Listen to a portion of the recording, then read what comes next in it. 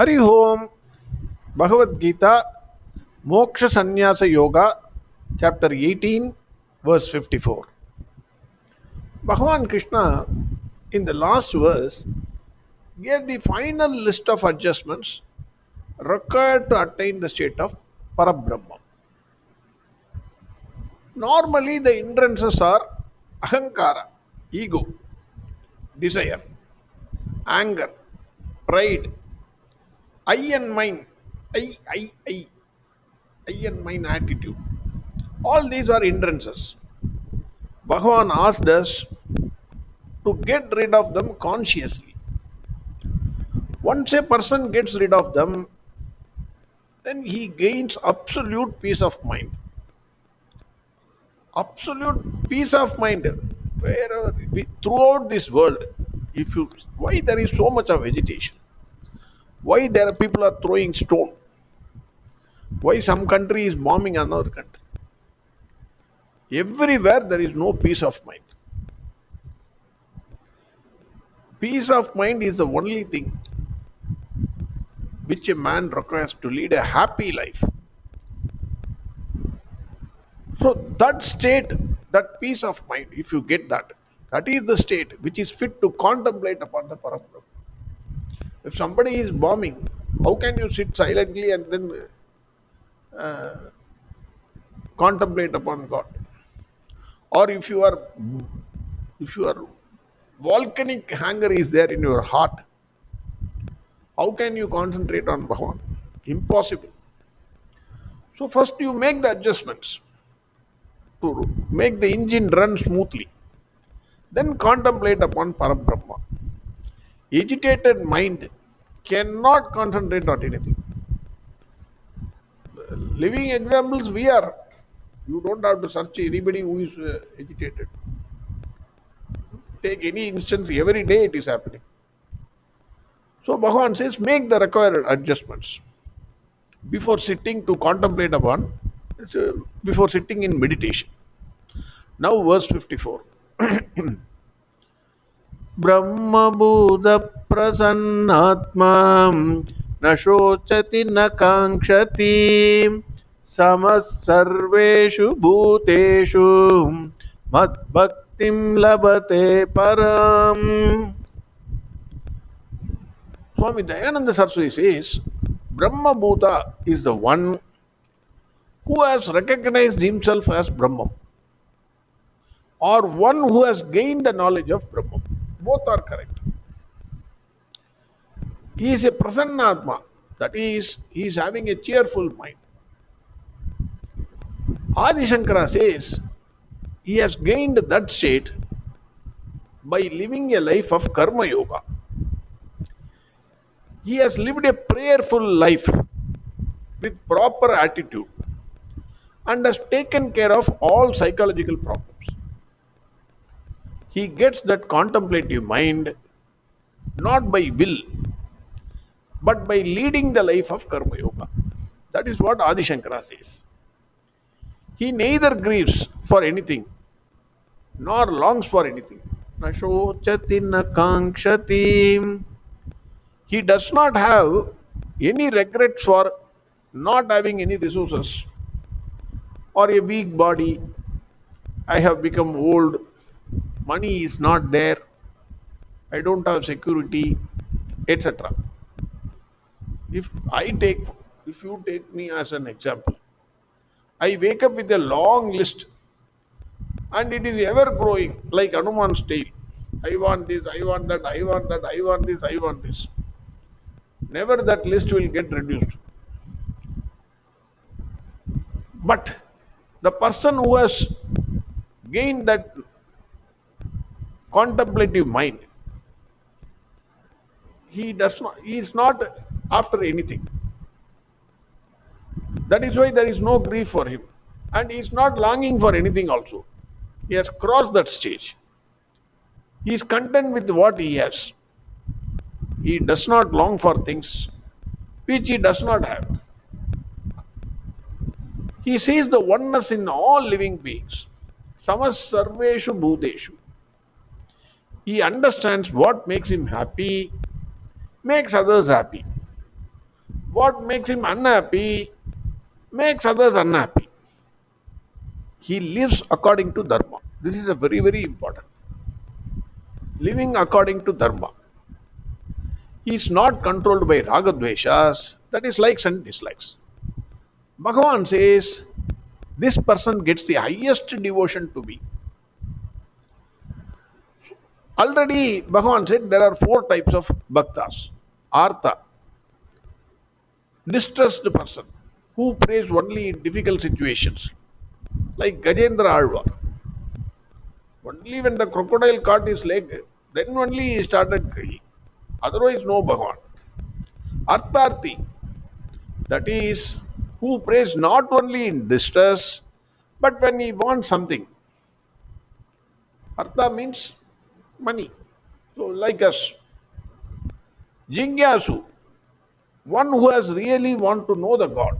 Who is God? Where is He? Searching person, seeker. Finally, Jnani. Swami Dayananda Saraswati says, Jnani is the devotee mentioned here. His devotion is the best because for a Jnani, there is no division between Jiva and Ishvara. He is the person who is mentioned here. He gets supreme devotion to me. Swami Chinmayananda says, by erasing the ego and its effects, by following the 12 instructions of Bhagwan Krishna given in the last three verses, one gains peace within. He is released from psychological maladjustments and false intellectual evaluations. The peace of mind which he gets is due to strict observance of self-discipline. That is what is insisted by Bhagavan. All these things, desire, anger, don't think that it cannot be overcome. One has to have self-discipline to overcome that. Initially, after that it will become natural. It should be positively reinforced by definite efforts of constant vigilance. That is important. Constant vigilance.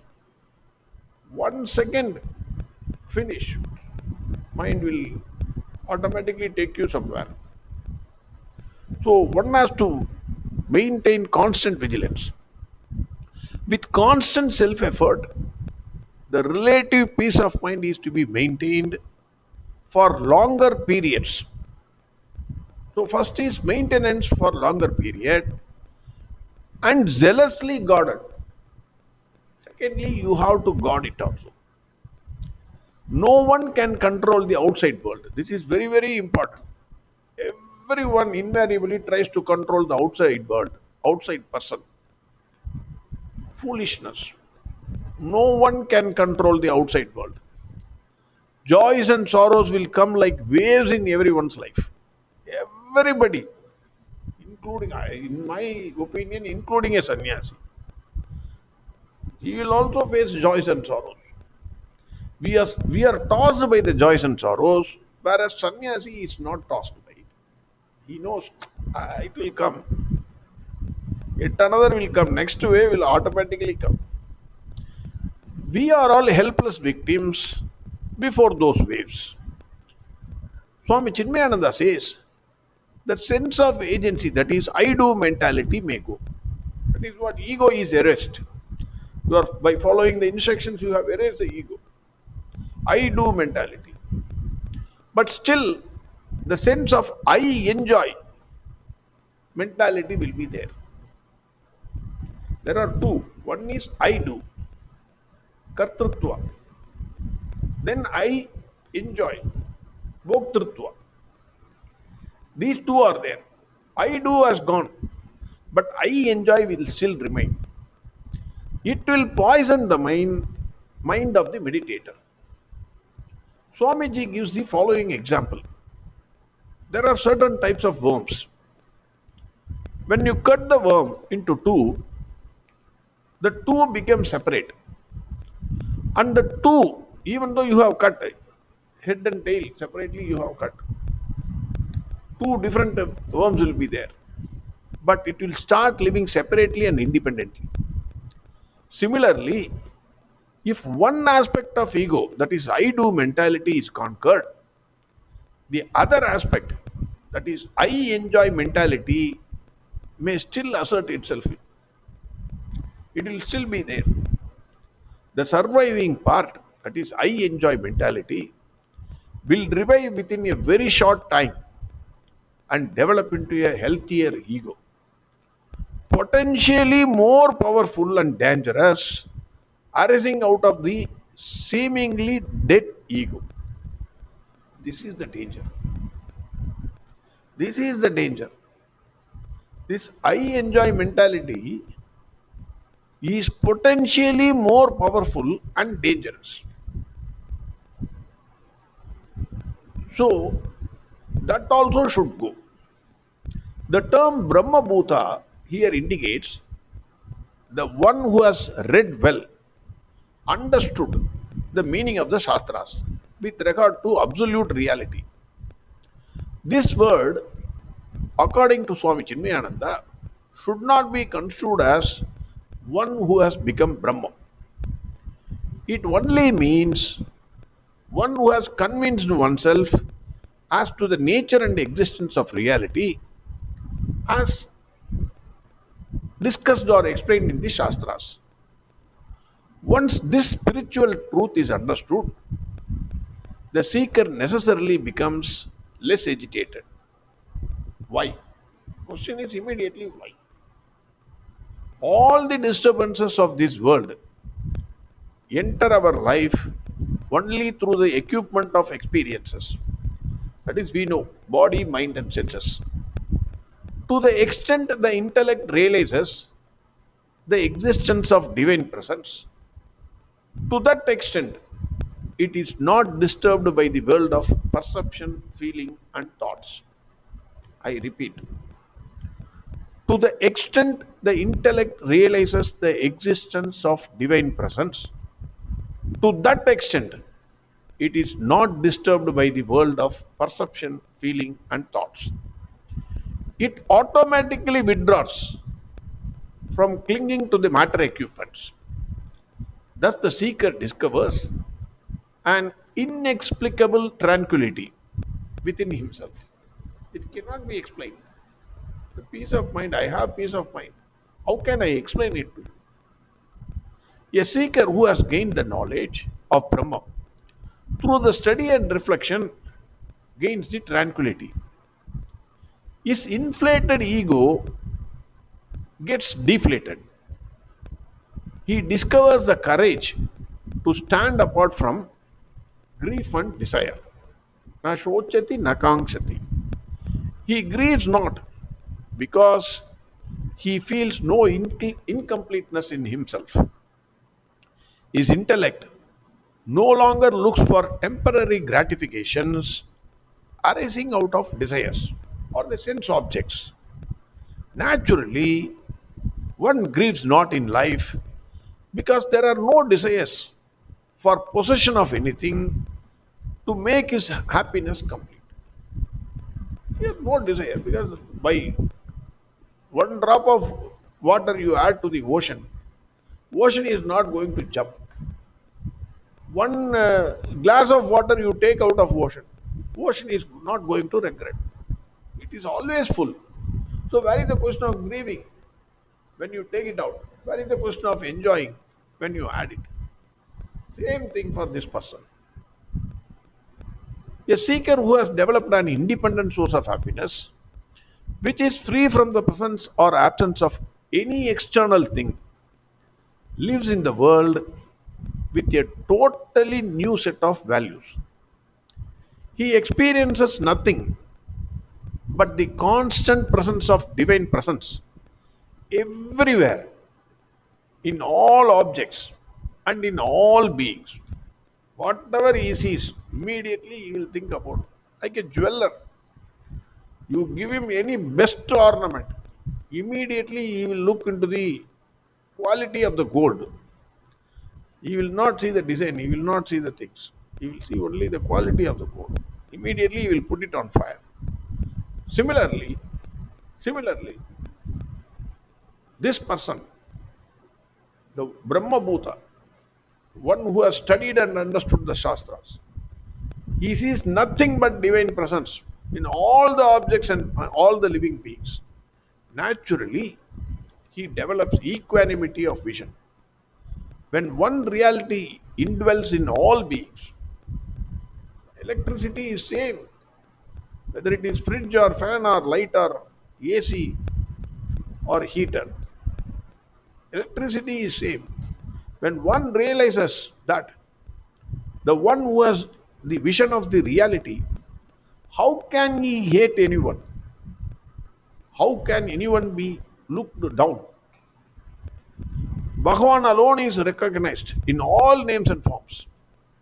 Hence, there is unconditional love towards all beings. Unconditional love towards all beings. This is the supreme devotion to Bhagavan. Bhakti is what? Devotion is what? Identification of yourself with your beloved. You merge into one.